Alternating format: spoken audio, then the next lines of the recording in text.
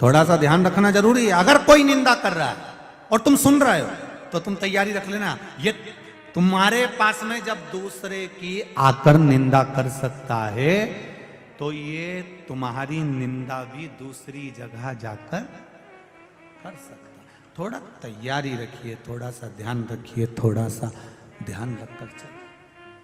बिल्कुल मत आना निंदा में कि ये साहब ऐसा ऐसा ऐसा। ये बहुत लोग आते हैं जिस समय पर आप प्रतिष्ठा के पद के ऊपर जब चढ़ते हो तो लोग आपके पास में आकर खूब लोगों की बात कहेंगे, उसने तुम्हारे लिए ऐसा कह दिया, उसने ऐसा कर दिया, क्यों साथ देना, एक काम मत करो उसका, उसने ऐसा करा था, उस समय पर ऐसा बोल दिया था। नहीं नहीं नहीं, जब ये उसकी निंदा तुम्हारे पास कर सकता है तो तुम्हारी निंदा भी ये कहीं ना कहीं जाकर जरूर करेगा।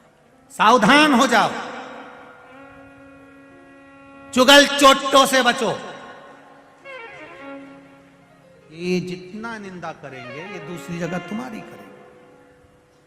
इनके बिल्कुल चक्कर में मत आना। कोई कह दे नहीं तुम्हारे लिए उसने ऐसा बोल दिया, तुम्हारे लिए वैसा बोल दिया, ये दूसरी जगह जाकर तुम्हारी निंदा करेगा कि वो तुम्हारे लिए ऐसा बोल रहे थे। इनको पहचानो,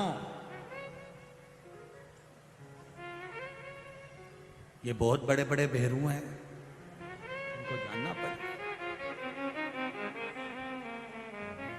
जब तक आप अपने कानों से नहीं सुन लो, जब तक आप अपनी आंखों से नहीं देख लो, तब तक विश्वास मत करना कि व्यक्ति ऐसा है। कोई किसी की बुराई करे, पहले उसको परखो, पहले उससे मिलो, पहले उससे एक बार जाकर बैठकर बात करो कि व्यक्ति ऐसा है क्या।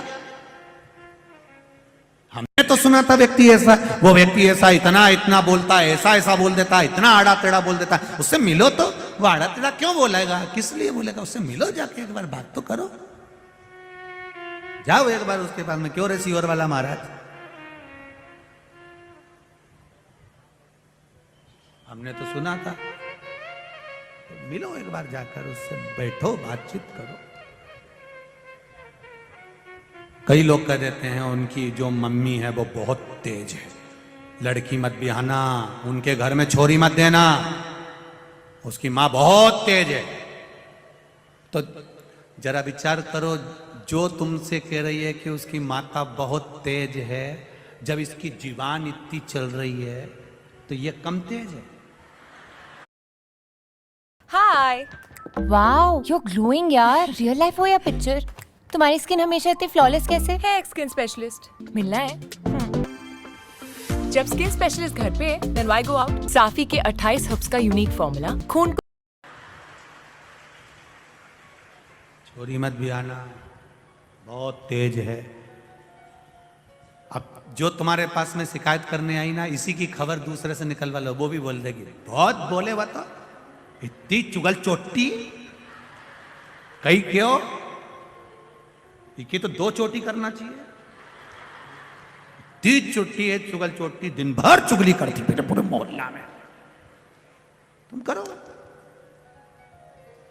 मिलो पहले जाकर। कोई के कमला ऐसी, पहले कमला से जाके मिलो। क्यों नहीं कमला भाई कैसी, कमला भाई कह रहे फालतू की बात मत कर, बैठ जीजी बैठ, मैं चाय बना के लाऊं तुम्हारे लिए, पी। अब के दूसरे के पास जाके, कमला भाई तो इतनी जोरदार, उनकी बहू तो उतर के ही नहीं आई, बापड़ी ने अकेली ने चाय बना के पिलाई थी।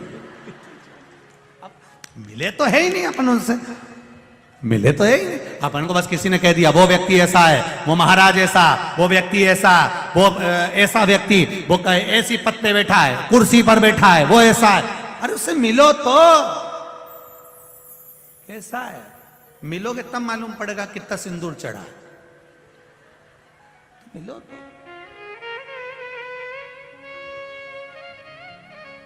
मालूम ही नहीं पड़ा, कहीं कहीं का भेरू नया नया। अब बिंद को जाकर कह दिया नारद जी ने कि सुमेरु ऐसा है, बिंद को लग गया और बिंद ने कहा दिया सुमेरु ऐसा, हाँ मुझ में कोई बल नहीं, नहीं। हंस दिए, मुस्कुरा दिए, थोड़ी ठिठोली कर दी, और जैसे ही हंसे बिंद को बुरा लग गया। बिंद ने शिवलिंग का निर्माण करा, पूजन करने के लिए आतुर।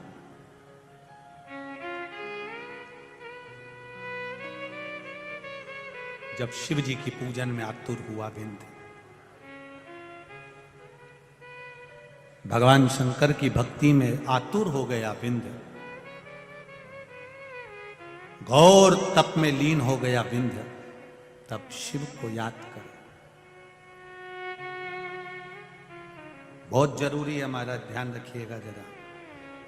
पहले के लोग तीर्थ करने जाते थे तो पोटली बांध के ले जाते थे। बोलो री जीजियो, सही है कि गलत है? उसमें आटा, चावल, दाल, कुकर, भगोनी, घी, तेल, शक्कर। आज के लोग ले जाते हैं क्या? नहीं। सामान ले जाते हैं? नहीं। क्या ले जाते हैं? जेब में 2000 की गड्डी, बस उनने गड्डी फंसाई जेब में और लेकर चल दिया। अब तुम इतना सामान लेकर गए, होटल अच्छी अच्छी दिख रही है, वीआईपी दिख रही है, और तुम कहो कि साहब मैं इस होटल में कमरे में रहना चाहता हूं, तो वहां होटल वाले क्या कहेंगे? लाओ जरा देव निकाल के। तो उसको क्या, आटा रख लो, नमक मिर्ची रख लो, तो कोई तुमको वहां रहने देगा? अरे बोलो तो जम के नहीं।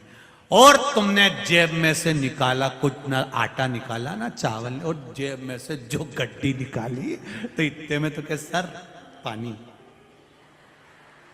वो 2000 की गड्डी दिखी थी, इतनी देर में सर पानी। सर कौन सा रूम खोल दूं? सर का सामान उठाओ, लेके चलो, सर के लिए चाय लेकर आओ, लाओ जरा। कौन सी कॉफी लाऊं? ठंडी की गरम? उसने भी कह दिया गरम कोई ठंडी कर ला। सर भोजन क्या करोगे? रोटी। अब केवल 2000 के नोट की गड्डी तुम्हारे जेब में थी तो तुमको वीआईपी ट्रीटमेंट मिला, और गड्डी खत्म। निकलो बाहर, जाओ निकलो, जाओ सर का सूटकेस नीचे रखिए, जाओ बाहर। तो अभी हमारी गाड़ी आने में तो 2-3 घंटा, बाहर बैठ जाओ, गड्डी नहीं है अब तुम्हारे पास में, अब बाहर बैठ। 2000 के नोट की गड्डी जेब में थी तो एसी का रूम, डनलफ का गद्दा, वीआईपी भोजन मिला। उसी तरह राम नाम 2 अक्षर का तुम्हारे पास रहेगा तो ऊपर भी वीआईपी ट्रीटमेंट मिलता रहे, ऊपर वीआईपी, वैकुंठ का सिंहासन, खूब जोरदार गादी, तकिया ने सब मिलेगा। बस अपने पास में भगवान के नाम की गड्डी होना चाहिए, भगवान के नाम की पूंजी होना चाहिए। राम नाम, कृष्ण नाम, शिव नाम की पूंजी हमारे पास में, और जब यह पूंजी हमारे पास में होगी तो हमें सुख मिलेगा, ये निश्चित है, प्राप्त होगा, ये निश्चित है। महाराज विंध्य पर्वत ने तप साधना करी, और तप साधना करते करते विंध्य के मन में भाव प्रकट हो गया, शिव जी का प्राकट्य हो गया। शंकर भगवान ने पूछा, विंध्य मांग तुझे क्या चाहिए? प्रभु लोग मुझे पूछते नहीं हैं, लोग मेरा आदर नहीं करते हैं, मुझे छोटा बताते हैं, आप कृपा कर दीजिए। शंकर भगवान ने कहा, चिंता मत कर, मैं स्वयं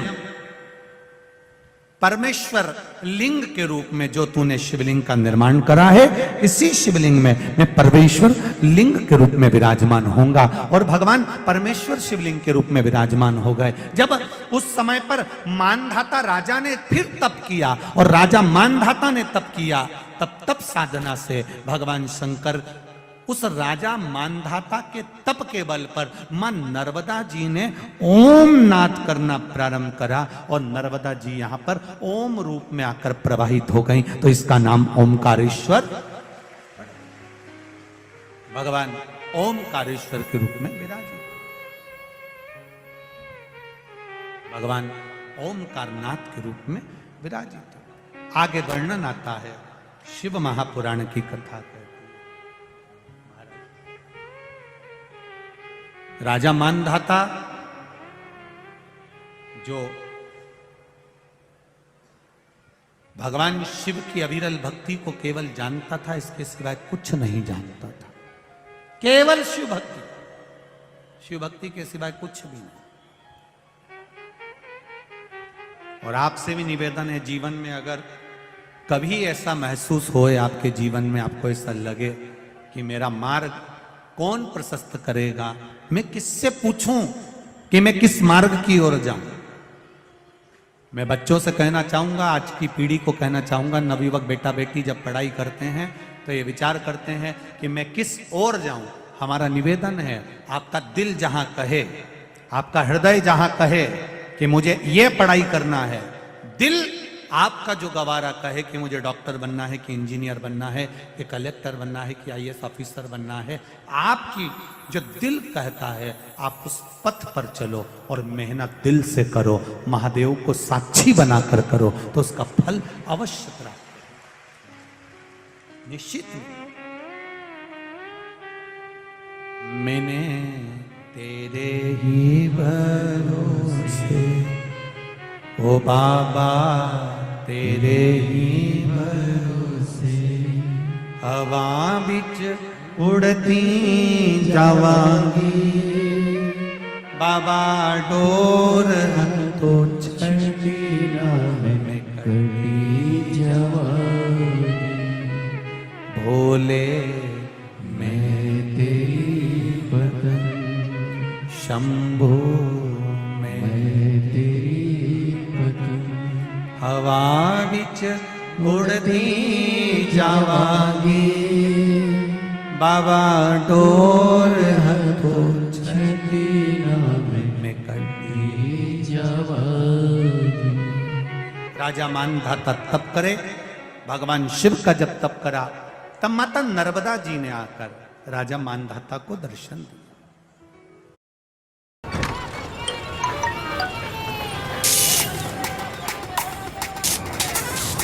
धाता को दर्शन दिया। मां नर्मदा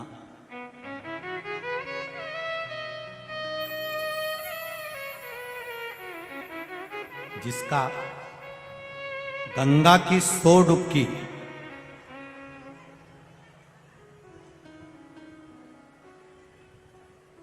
गंगा की 100 डुबकी, यमुना जी की 1000 डुबकी, क्षिप्रा जी की कई डुबकियां और नर्मदा जी का केवल मात्र दर्शन जीव को तार देता है, केवल दर्शन। और भाग्यशाली हो इंदौर वालों, आप सब बड़े किस्मत वाले हो जो मां नर्मदा जी का जल, आप नर्मदा तक नहीं जा पाते तो नर्मदा मैया का जल अपने इंदौर में आता है और आप रोज पान करें। भाग्यशाली।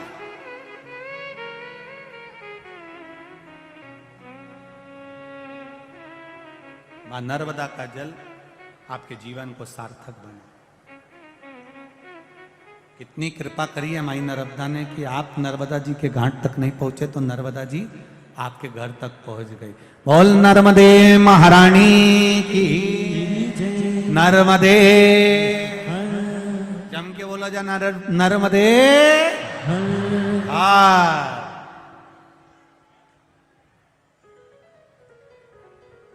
मां नर्मदा की कृपा। मानधाता के सामने मां नर्मदा जी आकर खड़ी हो गई। माता नर्मदा जी ने कहा, मानधाता तुम चिंता ना करो, मैं भी शिव जी को आराधना करती हूँ, तुम भी शिव की आराधना करो। नर्मदा जी ने ओम शब्द का नाद करना प्रारंभ करा, ओम अक्षर का उच्चारण करना प्रारंभ करा और माँ भगवान शिव की आराधना में डूबी। भगवान विंध्य पर्वत पर मेरे देव अधिदेव महादेव, मेरे शंकर आकर विराजमान हो जाते हैं और भगवान शिव वहाँ विराजित हुए। नर्मदा जी ने ओम नाद कर कर शिव की आराधना करी। शिव जी ओमकारेश्वर के रूप में विराजमान हुए। भगवान ओमकारेश्वर भगवान की